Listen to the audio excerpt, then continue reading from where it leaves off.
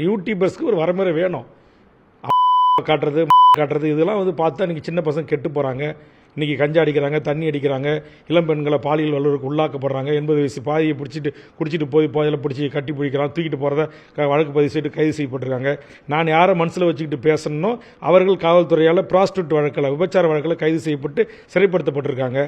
அப்போ அவர்களோடு போய் மாணவிகளையும் அவருடைய பெற்றோரையும் ஒப்பிட்டு தங்களை நம்பி வந்தவர்களை அசிங்கப்படுத்தி அவர்களை வந்து ஒரு அவமானப்படுத்துகிற செயலில் நான் ஈடுபடலை. விஜய் ரசிகர்கள் தான் ஈடுபடுறாங்க. நான் சொன்னது அந்த ஒரு துளி, ஒரு வித்தின் செகண்ட்ஸ், அது ஒரு ஒப்பீட்டுக்காக சொன்னேன். இப்படி நீங்கள் ஆடையை அவுத்து போட்டுட்டு அது நேரடி காட்சியில் சமூக வலைத்தளத்தில் காட்டி பணம் சம்பாதிக்கணுமா?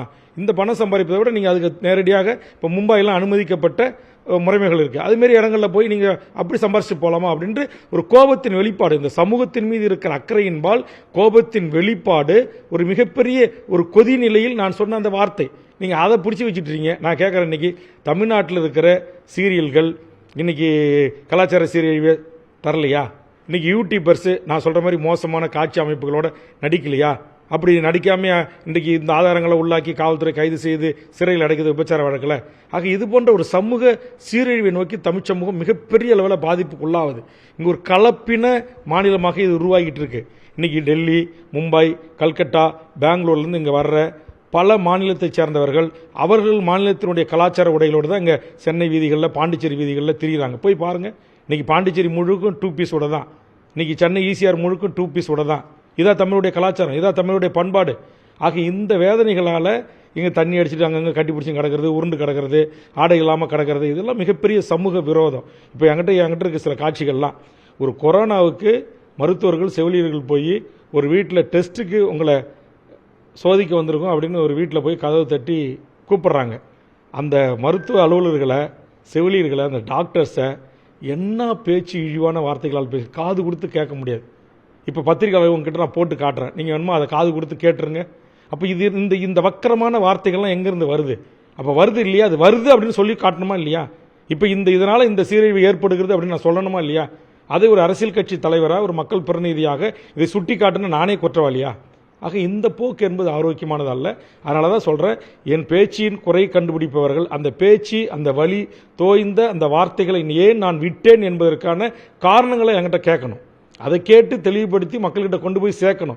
இதுதான் பத்திரிக்கை தர்மம், இதுதான் யூடியூபருடைய தர்மம். அதை விட்டுட்டு உங்களுக்கு விஜய் கட்சியை ப்ரமோட் பண்ணுறதுக்கு கொடுக்கப்பட்ட நிதியை பயன்படுத்தி கொண்டு விஜய் ரசிகர்களை கூட்டு வந்து உட்கார வச்சு வேல்முருகன் அதை பேசிட்டார், வேல்முருகன் எதை பேசிட்டார், எப்படி பேசலாம், அப்படி பேசலாம் அப்படின்னு சமூகத்தில் நடக்குதா இல்லையா? இந்த அவலங்கள் நடக்குதா இல்லையா? நீங்கள் 3 வயசு, 5 வயசு, 8 வயசு, 10 வயசு குழந்தைய கற்பழிக்கிறானா இல்லையா? இன்றைக்கி பெண் பிள்ளைகளுக்கு பாதுகாப்பு இருக்கா? ஆக இதை குறித்து வழியோட இதை மாற்றுவதற்கு நான் கேட்குறேன், இவ்வளவு பெண்களோட பழகிறவன், இவ்வளவு பெண்களுக்கு உதவி செய்கிறவன், இவ்வளவு இன்னைக்கு ஒரு மாவட்டத்துக்கு ஒரு மருத்துவக் கல்லூரி கொண்டு வரணும்னு பேசுகிறவன் யாருக்காக? மாணவர்களுக்காக தானே.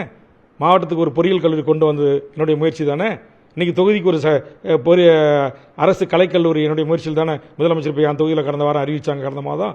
அப்போ இதையெல்லாம் செய்கிற வேல்முருகன் எப்படி என்னுடைய சக மாணவர்களை, என்னுடைய தாயை, என்னுடைய தந்தையை, என்னுடைய சகோதரிகளை நான் அக்கறத்தோடு இப்படி பேசுவேன்? இது வந்து ஒரு திருத்துவதற்கான, ஒரு மாற்றத்தை உருவாக்குவதற்காக இது போய் சமூகம் சீரழிஞ்சிக்கிட்டு இருக்கு.